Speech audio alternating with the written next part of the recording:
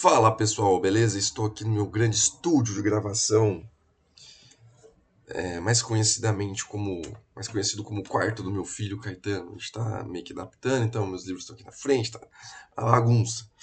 Tô rouco, não peguei água, mas eu vou fazer esse vídeo aqui com vocês, meus alunos, queridos alunos aí do Dinâmico, Matriz, que pediram que eu fizesse esses vídeos aqui. Eu já passei essas questões para vocês, porém vou passar novamente da Unesp, então vamos lá. Já cheguei já empolgado, já vou fazer isso aqui para depois dar uma descansada, para depois corrigir prova, ver se eu consigo jogar um pouquinho, né? Ninguém é de ferro. Até daqui a pouco meu filho chega. Então vamos lá. O que a galerinha pediu? Questões da Unesp para resolver da primeira fase. Vamos fazer da primeira fase primeiro, tá? Uma coisa legal de vocês perceberem é que as questões de sociologia e filosofia da Unesp, até então, acredito que nesse ano continue, de 2025 para 2026 continue a mesma coisa, é que as questões de filosofia e sociologia são os mesmos números e intercalam entre temas de um ano para o outro, que são sempre mais ou menos os mesmos temas. Né? Eu costumo falar para meus alunos, você imagina que o cara que está elaborando a prova, ele vai ter que fazer uma prova do zero todo ano? Ele não vai fazer. Então ele já segue até uma estrutura, né? Até porque isso é proposital, para o aluno se acostumar ao jeitão da Unesp, da VUNESP, né? Então vocês vão perceber que nesses slides aqui da Unesp de 2025, né, para ingresso 2025, as questões eram de 54 a 60. Você vai pegar a Unesp 2024, as questões eram de 55 a 59. Então, de um ano para o outro muda um pouquinho, mas sempre fica na mesma linha. Né? Se a 54 é determinado coisa, 53, um ano é mais teórico, por exemplo, 2025 é menos teórico. Agora 2024 foi um ano mais teórico. Então eles vão alternando nesse sentido, dessa forma, tá? Beleza, vamos para a primeira questão, que já falamos muito, ó. Senão ninguém vai assistir esse vídeo, ficar comprido, ninguém assiste. E vai que eu fico rico com o YouTube. Com o YouTube. Então, ó, vamos lá. Questão 54, ó. No dia 9 de março de 2024, o Instituto Brasileiro de Geografia, minha voz não é assim, tá rouca, e Estatístico, IBGE, lançou uma nova versão do Mapamundi, deixando as redes sociais em alvoroço. O motivo da surpresa é que, diferentemente dos mapas que estamos habituados a ver nos livros escolares, ou até em rápidas buscas no Google, a nova versão traz o Brasil no centro do mundo. Então lá tem países membros do G20, né, que tem a nossa legendinha, e vocês sabem que toda questão, todo material de geografia tem uma legenda, esse formato. Então, país membro do G20 está em verdinho clarinho, país membro do G20 da presidência 2024 está verdinho escuro, e país com representação diplomática brasileira. Tá, beleza? Tranquilos. Aí a questão, nesse momento, vocês pausam o vídeo, tentem responder e depois vocês voltam aqui para ver o gabarito, beleza? E eu vou continuar e vocês vão pausando. A surpresa com o mapa apresentado é explicada por ele contrariar, então, a convenção cartográfica conjunto de regras que busca garantir a neutralidade de um mapa? Não, né? O etnocentrismo, doutrina socioespacial que defende simetria entre diferentes países e um mapa mundi? Muito pelo contrário, nós já vimos que o conceito de etnocentrismo é você colocar uma etnia no centro. No centro, no sentido que ela seria uma cultura que seria padrão, uma niveladora de outras culturas em uma ordem crescente evolucionista. Então, não. O eurocentrismo, visão de mundo que institui a Europa enquanto parte central e superior do mapa mundi? Sim, lembra que o eurocentrismo é um etnocentrismo voltado para a Europa, sendo ela o padrão. Então a gente voltar aqui, ó, percebe que ali no eurocentrismo, visão do mundo que institui a Europa, a parte superior e central, tá vendo que contraria isso? Beleza? D. A orientação espacial, relação que usa a latitude e a longitude para oferecer precisão na construção de um mapa? Não. O regionalismo, exercício que define regiões segundo critérios sociais para diagramação de mapa mundi? Também não. Então essa aqui estava bem fácil. O pessoal que frequenta a aula de antropologia, conceitos fundamentais e básicos, vai sair bem. 55. Essa a gente fez em sala também, hein? O primeiro grande modelo de teoria psicológica da linguagem que temos na modernidade é o livro terceiro do ensaio acerca do entendimento humano de John Locke. Pela primeira vez na modernidade, temos um livro inteiro dedicado ao processo de significação linguística. O argumento lockeano é A necessidade que temos de entrar em acordo, de nos entendermos, leva à necessidade de criar esses signos sensíveis, capazes de comunicar nossos pensamentos. Então, o que ele está falando? Se você não criar signos para comunicar o pensamento, se você não criar signos para comunicar o pensamento, pela linguagem, as pessoas não saberiam o que as outras estão pensando. Agora, se você tiver uma força telepática, beleza, aí você não precisa fazer isso. Se fôssemos dotados de alguma faculdade que possibilitasse o acesso direto e imediato às ideias nas mentes dos outros homens, não seria necessário linguagem. Eu tô rouco, tô parecendo aquelas velhas que fumam cigarro. Eu tô parecendo a tia Lourdes, né?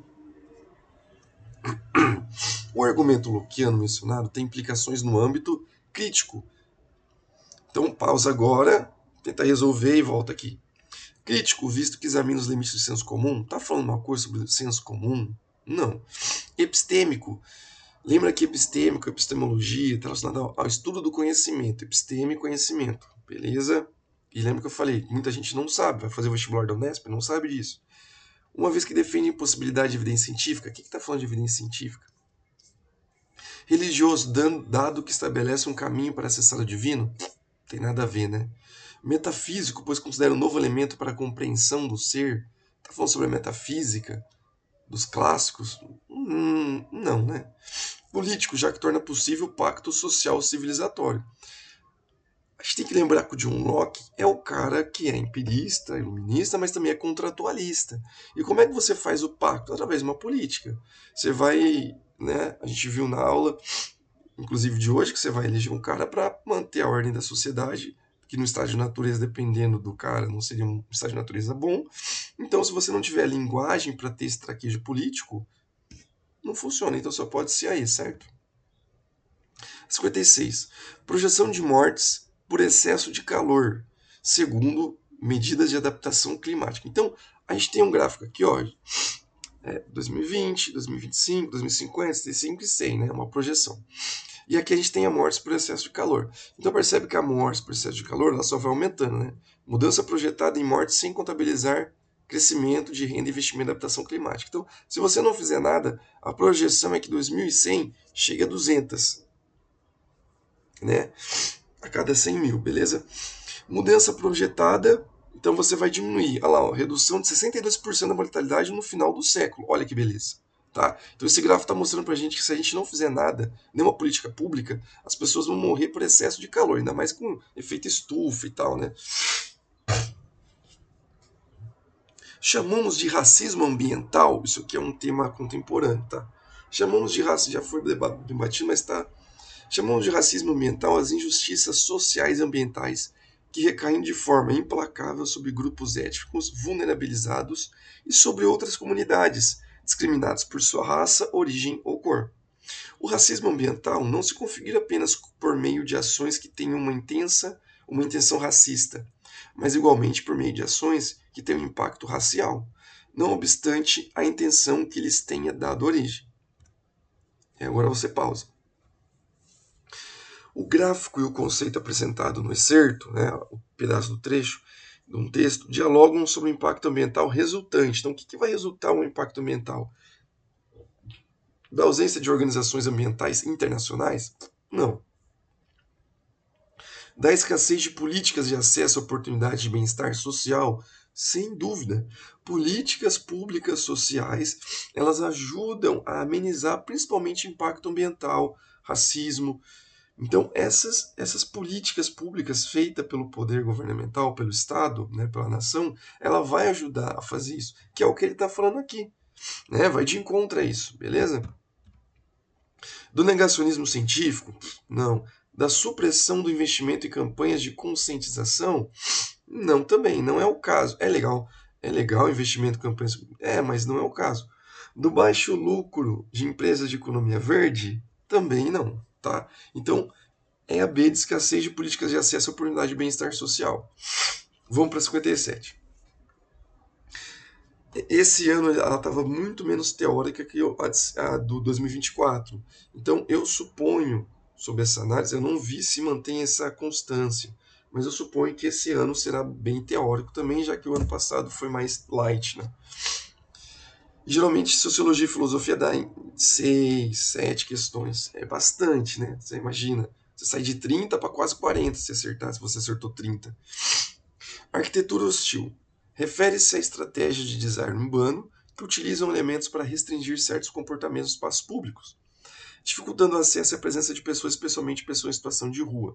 Então lembra que eu falei para vocês que na Avenida Paulista, lá em São Paulo, na capital, tem uns canteiros que eles são feitos, em vez de ser retos, né, em vez de ser um retângulo, ele é um canteiro feito de forma que ele parece um trapézio, assim, até. Por quê? Porque não possibilita que você sente, você escorrega a bunda, você não consegue sentar, isso é proposital. É isso que está falando aqui. Segundo o historiador especializado em arquitetura Laim Bourdain, nem sei como é que fala esse cara, Yain Bourdain, eu não conhecia. A emergência desse estilo de arquitetura hostil data da década de 1990, preciso ver, inclusive.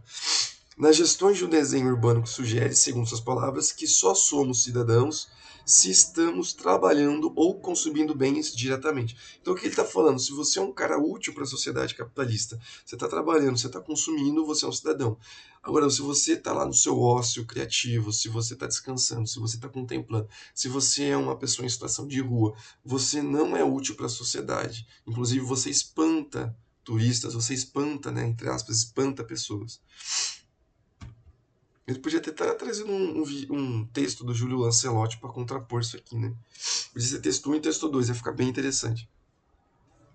O excerto retrata um fenômeno social brasileiro que representa a reformulação de... Então agora você para e depois você volta. A reformulação de mecanismos de democratização do espaço público, não, muito pelo contrário. A manutenção da cultura de estranhamento, de segregação. Olha só, se a gente faz uma cultura associada a esse meio urbano, com arquiteturas, que causem um estranhamento e segregue. Ó, aqui só vai ficar pessoas que trabalham e produzem. Então, segrega. Esse espaço aqui é feito para vocês. Morador em situação de rua, pessoa em situação de rua, não fica aqui, estou segregando. Então é essa, né? Vamos ler as outras para ver se realmente é essa. O fortalecimento do viés tradicional do exercício da cidadania? Não. O desafio de políticas públicas para a garantia de emprego formal? O texto está falando sobre, mas ele só comenta essa relação, esse contexto. Mas ninguém está falando sobre isso no texto. Fica muito esperto isso que é honesto, porque às vezes ele traz pode parecer que é verdade, mas não para esse texto. A gente tem desafio de política para garantia de emprego formal, mas não é esse o caso desse texto. A anulação da oportunidade de socialização entre indivíduos? Essa aqui a gente até poderia ficar em dúvida. A anulação da oportunidade de socialização em indivíduos? Mas ele está anulando a oportunidade? De certa forma tá, mas isso é seleção em que indivíduos? Qual é o espaço? Então, essa aqui a gente até podia ficar entre a E e a B. Mas a B está muito... Ela está muito didática e está conversando diretamente com o texto, tá? Então, não é que há uma anulação completamente da oportunidade. Pode ter a oportunidade. É uma segregação e estranhamento. Então, cuidado com as palavras também, tá? Bora para outra. Leia o trecho da entrevista do filósofo Renato Nogueira ao repórter Arnaldo Bloch do jornal o Globo. O Renato Nogueira é um filósofo que ele vai estudar filosofia africana. Ele é um cara que ele vai fazer a graduação na USP, mestrado, doutorado, tudo em filosofia clássica, alemã, europeia, e depois ele vai se tocar que ele precisa estudar. Ele já tinha se tocado, né, mas a academia, às vezes, não, naquela época, ele não aceitava que ele falasse sobre filosofia africana. Então, Renato Nogueira, hoje em dia, é um pesquisador renomado, conhecido pela pesquisa em filosofia africana. Inclusive, tem uma entrevista dele muito interessante em vários canais aí, Cultura, e vai. Então, vamos ler. Arnaldo Bloch. Conte algo que não sei. Renato Nogueira. A filosofia não nasceu na Grécia. Ela já existia na África e em outras regiões séculos antes. No Egito, há uma palavra requeret, que significa exatamente, não sei se é assim que lê, tá? Que significa exatamente o que a palavra filosofia significa para os gregos. É uma arte da palavra do saber. Os maias tinham aforismos filosóficos.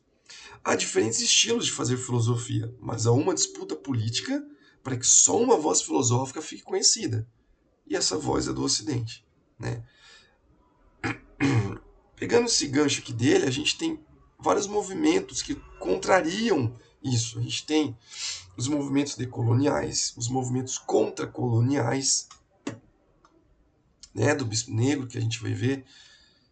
que contrariam essa ideia de hegemonia, de uma cultura. A gente foi colonizado, aprendemos a história sob o olhar do europeu, a filosofia sob o olhar do europeu, a sociologia. A sociologia não tanto, que é uma ciência mais moderna, e aí tem bastante sociólogo brasileiro, né? Mas vamos lá. A disputa política mencionada pelo filósofo Nogueira, agora você pausa, depois você volta, apresenta a busca pela relativização do conhecimento? Não, né? Ilustra a desvalorização dos sistemas conceituais tradicionais, muito pelo contrário. Ele está falando que o que a gente segue é a tradição, é a Europa. Propõe uma visão homogeneizadora da verdade? Não. Promove uma relação hierarquizada do pensamento humano? Revela o desprezo pelo debate de ideias? Então, essa aqui, quando a gente está falando que você tem uma cultura europeia, uma filosofia dos franceses, alemães, russos, italianos, e que eu desconsiderei a filosofia africana, desconsiderei a filosofia indígena, desconsiderei a filosofia maia, filosofia dos quilombos. Então, eu estou falando que essa ideia que o Renato Nogueira menciona, ela promove uma relação de hierarquia. A filosofia europeia está aqui em cima, né? E a filosofia europeia é mais rebuscada, mais elaborada, enquanto as outras são menos.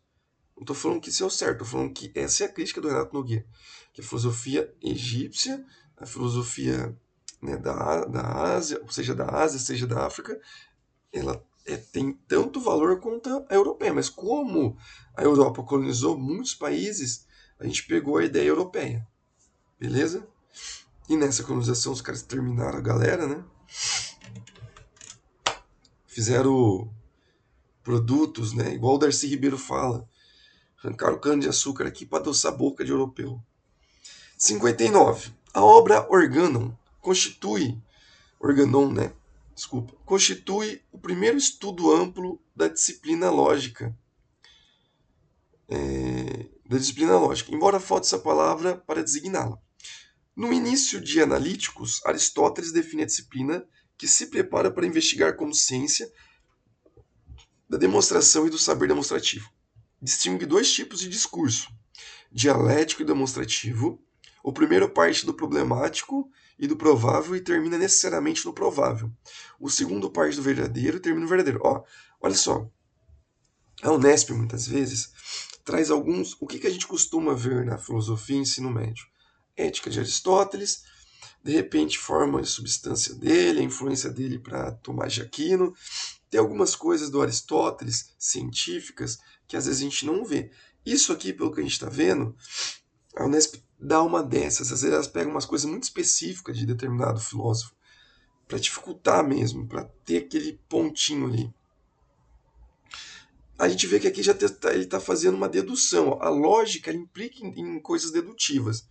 Vamos ver, eu separei, mas vamos ver aqui. No livro 1, capítulo 1 de sua obra Primeiros Analíticos, Aristóteles define o que é silogismo perfeito. O silogismo é um argumento no qual colocadas certas coisas, outras distintas das estabelecidas decorrem necessariamente. Então, se eu coloco uma coisa, decorre outra, é dedutivo. Eu estou deduzindo, porque essas coisas são o caso. Porque essas coisas são o caso, que quero dizer decorrer em virtude delas.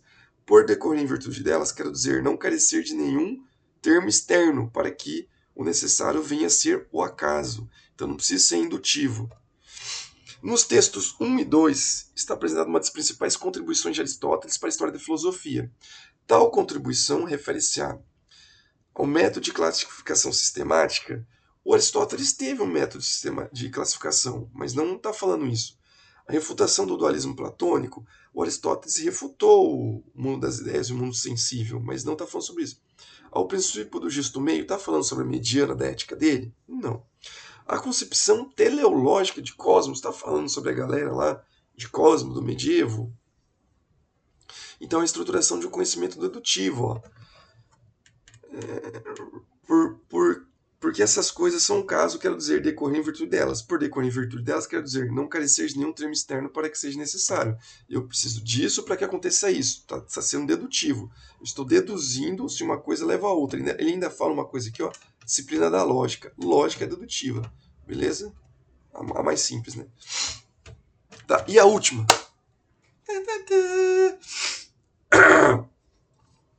O que chamamos arte? Luzia Gontijo Rodrigues. Não conhecia. O que chamamos arte não mais nos demanda contemplação, mas sim reflexão sobre o sentido da palavra arte.